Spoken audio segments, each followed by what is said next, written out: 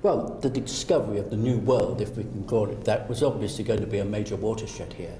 But it's a two-way traffic. The settlers who followed Columbus brought with them lots of European crops, domesticated livestock and European farming ideas. And coming back the other way, we would have American crops. And the two most important crops were maize and potatoes. And they played a major, major role in feeding the growing millions of Europe, especially in the 18th and early 19th centuries. But the historical significance of this innovation went far beyond improving agricultural productivity.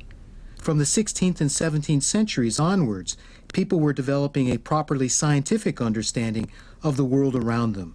The Age of Enlightenment had arrived. The Enlightenment was a crucial phase in human development. For the first time, people began to positively embrace science. Even people who weren't scientists began to sort of try new things out on their land or in a particular business, with the belief that if they somehow discovered some new way of doing things, their life would improve for the better. People began to ask questions about the natural world and about how things grew. People wanted to try to find out, and on the basis of their results, to try and develop sort of improved practices. And the whole aim of this was communication, was experiment, was dissemination of ideas, and in fact just looking at things differently than ever before. Human beings were no longer regarded as passive subjects who could no longer change circumstances, who were fatalistically at the mercy of natural forces. On the contrary, human beings now were regarded as authors of their own destiny. It was now expected that the future would be very different than the past, because people had the capacity to change their circumstances, transform the way they lived, transform the way they produced, transform their economies, change their culture. And because of that, people began to have a more optimistic view of both change and also the future.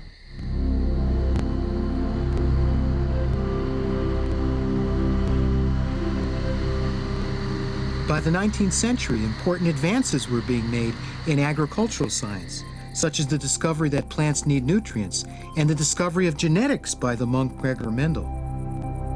But at the same time, thanks to advances in hygiene and medical science, population levels were rapidly increasing. So much so that by the beginning of the 20th century, a leap forward in agricultural techniques was badly needed.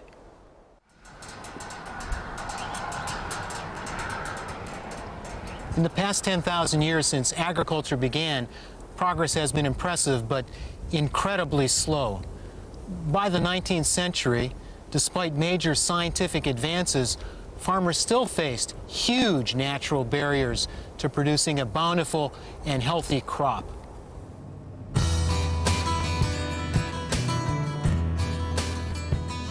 By the early 20th century, breeders had already created the first hybrid livestock, and scientists had learned how to choose and cross strains of wheat and other crops in order to make new improved varieties. Advances in our understanding of genetics was allowing breeders to create hybrid plants which were much more vigorous and higher yielding. Along with increased mechanization, and particularly the introduction of the tractor, food production was on the increase. But farmers still faced huge problems. I've come to Iowa, the land of plenty in the corn-rich Midwest, to meet farmer Max Smith. Max's family has been farming this land for generations. So who better to tell me about the three biggest problems confronting farmers in the past? Weeds, insects, and a chronic shortage of fertilizer. So what do the weeds do, basically? Well, there's only so much moisture in the ground, and the corn and the soybeans or any other crop we grow would compete for that moisture.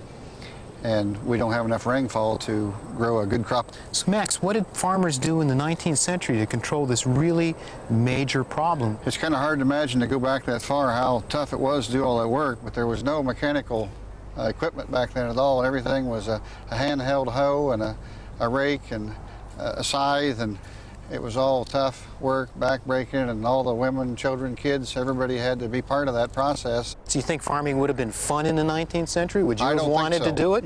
Would you have wanted to be a 19th century farmer? We do a little of that in our sweet corn in our gardens today, and it doesn't take long to remind you why people don't want to do it that way anymore. Another perennial problem for farmers was fertilizer. Crops need nutrients, and fertilizer is needed to restore nutrients to the soil. But the ratio of animals to land has never given farmers what they need to keep the soil in peak condition. Would you be able to grow your corn just by throwing manure all over the field? Well, there's not enough manure. We raise a lot of hogs here in our operation, and we spread our manure out, but it wouldn't cover the acres. There's not enough of it to go around. And even if farmers manage to beat back the weeds and keep the soil rich in nutrients, they still face the problem of insects. People were out in the field working from, dawn to dusk, and there were large families, and it was very, very hard work. What would happen even if they did all of that work and the insects came along? If the insects come along, well, depending on the season, I mean, can totally ruin a crop. And it was just a disaster, total disaster. Would it be a disaster for the family? Oh, total disaster for the family and the people and the communities all in that area. The food would be very unhealthy.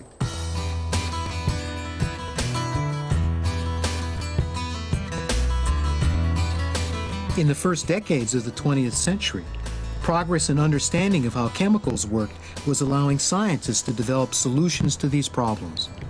Techniques for artificially creating nitrogen fertilizer allowed farmers to produce healthier and higher yielding crops.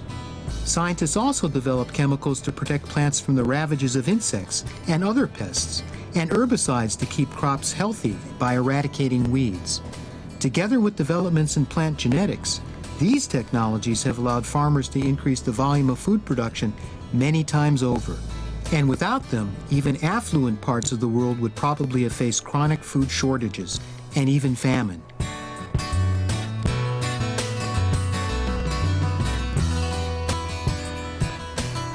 But in recent years, the use of technologies like chemical pesticides have met with opposition from many environmentalists and the so-called natural food movement. Organic food is food that's grown without any pesticides, synthetic chemicals that are put on top of the food, sprayed on the food in the process of growing it. Do you think there's a perception that industrialized agriculture is inherently unhealthy? Is that part of the opposition? I think that is definitely a perception. I think most people think about, where is this food coming from? How is it being grown? What is happening? And what is the impact of how I'm eating now going to be for my life, my children, my grandchildren's life, and the future that's ahead of us? Paradoxically, according to farmers like Max Smith, food can pose a far greater danger to health when crops are not protected. So Max, do you see a difference in your soybean crop in the seeds when you use modern agricultural technology as compared to not using it at all? Today you can tell a lot of difference where we don't use any insecticides. I've got a couple of examples here if I can show you. I've got some beans here if I can get you to hold this can. And if you look at these beans, they're nice and round, very smooth. These beans are really high quality beans right here. If we could go over to another can that I have here, there's a fungi growth. They're wrinkled in here. Yes, if we had sprayed these beans at the proper time, these beans would look like the other beans I showed you. A lot of times I like to chew on soybeans. I can tell what the moisture is, but I would never chew on these. That's completely diseased and wouldn't pass inspection for anything.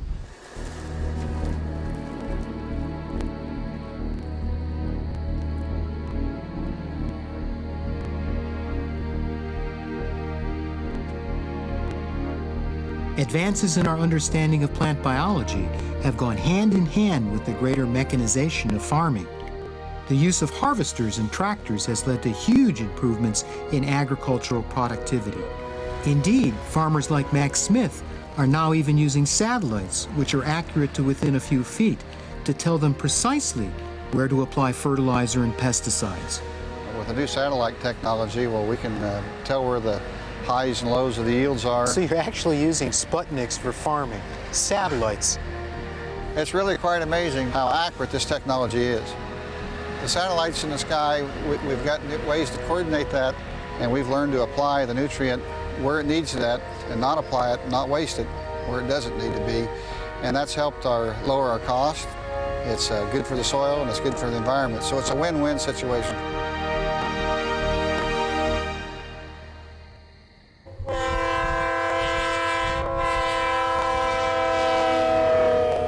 In the 20th century, food production in the United States has tripled, and our lives have been transformed. In 1900, 60% of Americans worked on the farm, and life expectancy was only 45 years. Today, it's around 75, and less than 2% of the population need to work on the land. We now spend only a tiny fraction of our income on food, and we have forgotten what it's like to worry about famine and malnutrition. But what about the third world?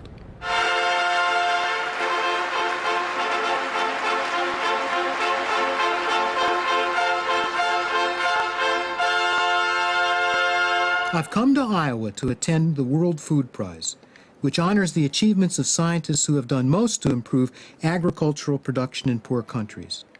The prize was established by Nobel Prize winner Dr. Norman Borlaug, one of the most respected agricultural experts in the world. Dr. Borlaug's great achievement was to develop and transfer modern agricultural techniques to poor countries. This became known as the Green Revolution, and it literally saved millions of lives in regions like India. Dr. Borlaug was working in Mexico when he started to develop new varieties of wheat and other crops which he believed would grow more easily in developing countries. The result was spectacular. What was the effect of these new varieties once they got to India in terms of food production? These were tremendous increases in yield. How much? From, let's say, 10 bushels to 80 bushels an acre. So they were only producing 10 bushels per acre of wheat before these varieties came? Yes. So it's a tenfold increase in yield. Yes. It's phenomenal. And this shook up everybody. Suddenly here, Pakistan is self-sufficient, and India is going in that direction fast. A green revolution seems to have happened. Dr. Skovman, CIMMYT has played a major role in the Green Revolution. In fact, one could say that the Green Revolution started here with wheat. What was the work that was carried out here at CIMMYT that kicked off this whole Green Revolution? Well, it was the early work by Dr. Norman Borlaug, who brought several traits into new wheat varieties. One trait was a gene for dwarfing the plants, making them smaller, meaning that they could utilize more inputs like water, fertilizer, nitrogen. So the wheat was engineered to be shorter, and what were the advantages of having these little short wheats? If you put much fertilizer and water on a tall plant like this, you'll get a result, is what we call lodging, where the wheat falls down on the ground, and then it doesn't really matter what you do with it, you're not going to get any yield out of that plant. So in simple terms, then, this wheat is just too tall. It just falls over. Right. And what was the effect of this when it was released into India after it was engineered here? That year was the first year that India actually could export wheat.